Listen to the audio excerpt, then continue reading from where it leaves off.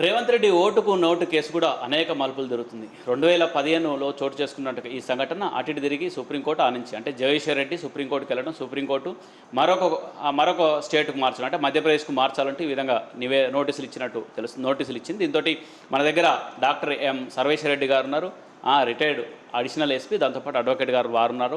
వారికి ఇలాంటి సబ్జెక్టు చాలా కొట్టిన పిండి వారిని తెలుసుకుందాం. ఒకసారి ఏం జరుగుతుంది అనుకోవచ్చు రేవంత్ రెడ్డి కేసు? ఇప్పుడు ఆల్రెడీ సుప్రీంకోర్టులో స్టే ఉంది, ఓటుకు నోటు కేసు స్టే ఉంది.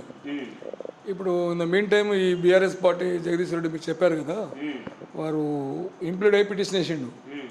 అంటే ట్రాన్స్పరెన్సీ ఆఫ్ ఇన్వెస్టిగేషన్ కావాలి, పవర్లో ఉన్నారు కనుక సీఎం గారు కనుక ఇంజస్టిస్ జరుగుతుంది ఒక బెనిఫిట్ ఆఫ్ డౌట్ కింద కేసు వేసి దాన్ని అదర్ స్టేట్కి మార్చుకొని వేశారు.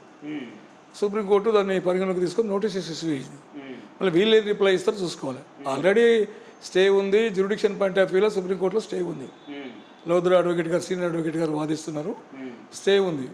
స్టే ఉన్నప్పుడు అది డిస్పోజ్ కాకముందు ఇది ఎట్లయితుంది అనేది ఒక ఆలోచన. యాజ్ అ డిఫెన్స్ అడ్వకేట్గా నేను కూడా ఆలోచిస్తాను. కొంతమందికి లీగల్ నాలెడ్జ్ లేనట్టు వాళ్ళకు, జర్నలిస్ట్ కావచ్చు, జనాలు కావచ్చు, కొంతమంది ఏమంటారు ఇక పోతారు రేవంత్ రెడ్డి మళ్ళీ జైలుకు పోతారు అన్నట్టు చర్చలు కూడా జరుగుతున్నాయి.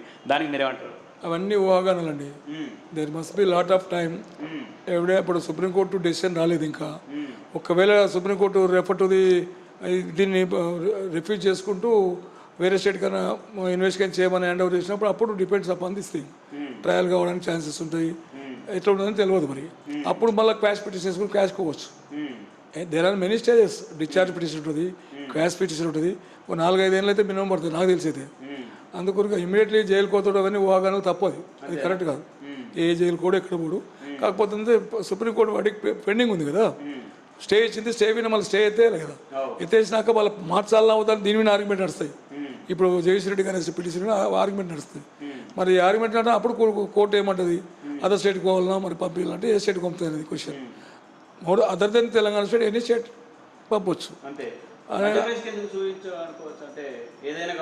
మళ్ళీ ఈ పిటిషనర్ ఇంటెన్షన్ ఏమో కానీ ఎనీ అదర్ స్టేట్ అనేటాడు. దాన్ని వీళ్ళు మధ్యప్రదేశ్ ఎందుకు రాసిన అనేది అది సెకండ్, వీళ్ళు రాసిన దాన్ని ఇవ్వాలని లేదు కదా. సో అది ఓన్లీ సెకండ్ థాటే. ఫస్ట్ స్టే ఉంది, స్టే వికెట్ కావాలి కదా. స్టే వికెట్ అయిపోయిన తర్వాత గో ఫర్ ట్రయల్ అని రాసినప్పుడు అప్పుడు దీన్ని డిస్కషన్స్ వస్తాయి. డిస్కషన్స్ వచ్చినప్పుడు అప్పుడు ఏం ఆర్డర్ ఇస్తుంది సుప్రీంకోర్టు అని వెయిట్ చూడాలి. అంతే తప్ప అవన్నీ ఊహాగానాలు తప్పదు, కరెక్ట్ కాదు. Lot of time is there. ఇంకోటి ఏంటంటే ఆ రోజు 2015లో అందులో పెట్టేసి ఫోటోలు వీడియోలు తీసిర్రు, అంత సెటప్ చేసారు ముందే ఒక ప్లాన్గా స్టీఫెన్స్ అని ఇంట్లో.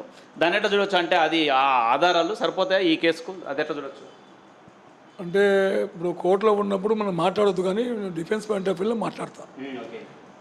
ఇప్పుడు ఎలక్షన్ ఎరా, అది ఎలక్షన్ టైం. అది ఎలక్షన్ టైంలో ఎనీ కేస్ ఎలక్షన్ కమిషన్ వాళ్ళే రిపోర్ట్ చేస్తారు లోకల్ పోలీస్కు.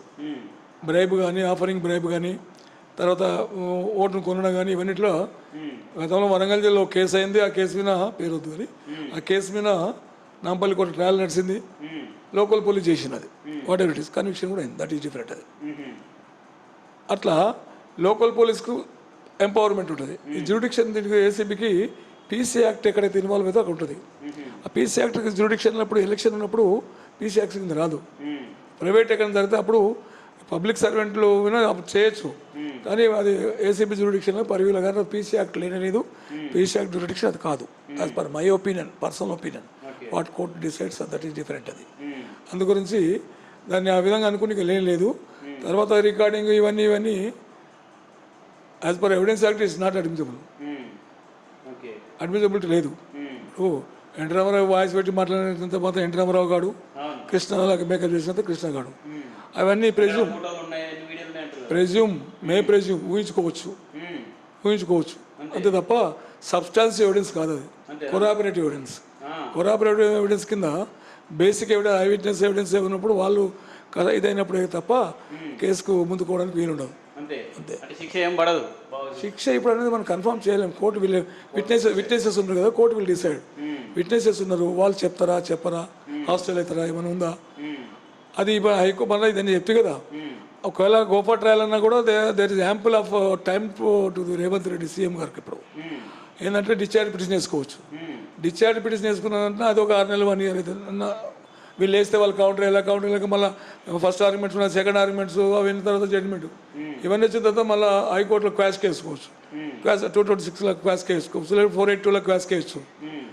అప్పుడు కూడా మళ్ళీ ఒక 6 నెలలు 1 year టైం పడుతుంది.